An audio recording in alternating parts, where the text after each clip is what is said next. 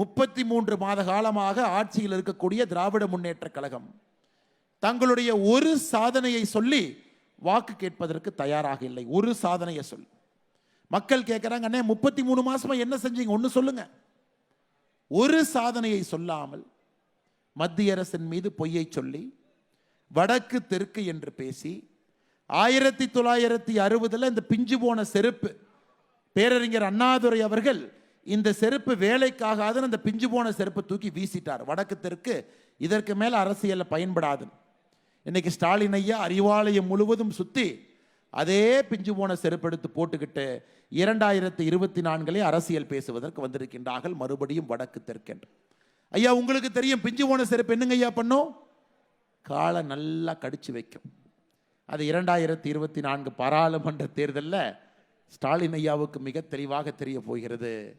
இந்த பிஞ்சு போன வேலைக்காகாத வேண்டாம் என்று வீசி எறியப்பட்ட செருப்பை மறுபடியும் திமுக அணிந்து 2024 தேர்தல் களத்திற்கு வரும் பொழுது திமுக என்கின்ற கட்சி இல்லாமல் போவதற்கு அடித்தளமிடக்கூடிய தேர்தலாக 2024 இருக்கும்.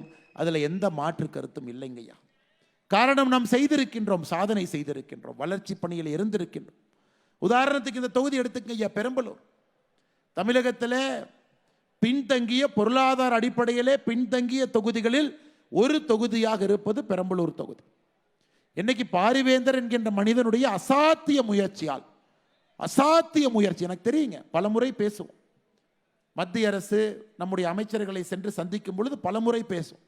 ஐயாவுடைய கனவு இந்த தொகுதிக்குள்ள ஒரு ரயில் வண்டியை கொண்டு வரணும் அப்படிங்கிறது அவருடைய கனவுங்க. எத்தனை முறை பேசுவார், பிரதமரை பார்க்கும் பொழுதெல்லாம் பேசுவார். ஆனால் இன்னைக்கு ஐயாவுடைய கனவு 2023 ரயில்வே பட்ஜெட்டில் அது நனவாகி இருக்கிறது நினைக்கும் பொழுது இந்த மேடையில் இருக்கக்கூடிய நாங்கள் அனைவருமே சந்தோஷப்பட்டு கொண்டிருக்கின்றோம். அரியலூரிலிருந்து பெரம்பலூர், இங்கிருந்து நாமக்கல்லுக்கு போகிற அந்த ரயில்வே லைனை கொண்டு வரணும். எத்தனை ஆண்டு கால போராட்டம், ஒரு தனி மனிதனுடைய போராட்டமாக இருந்து 2023 ரயில்வே பட்ஜெட்டில் அதற்கான குழுவை அமைத்து அதற்கான திட்டமிட்டு அறிக்கையை சமர்ப்பிக்க சொல்லி. உங்களுக்கு தெரியுங்க ஐயா, எப்பொழுதுமே அறிக்கை வந்த பிறகு அடுத்த 2 ஆண்டு ரயில்வே பட்ஜெட்டில் அதற்கான நிதி வந்துவிடும். அதனால் எனக்கு நம்பிக்கை இருக்கிறது, 2024 பாராளுமன்ற தேர்தலில் பாரிவேந்தர் ஐயா மறுபடியும் நம்முடைய பாராளுமன்ற உறுப்பினராக பொறுப்பேற்ற பிறகு என்னுடைய பெரிய ஆசை, அவர் ரிப்பன் கட் பண்ண போகிற முதல் விஷயம் 2024 ஃபுல் ரயில்வே பட்ஜெட். ஐயா இப்போ நாம் போட்டிருக்கிறது பிப்ரவரி மாதத்தில் நம்ம போட்டிருக்கிறது ஃபுல் ரயில்வே ஃபுல் பட்ஜெட் இல்லைங்க ஐயா, அது தேர்தலுக்கு முன்பு போடப்படக்கூடிய பட்ஜெட்.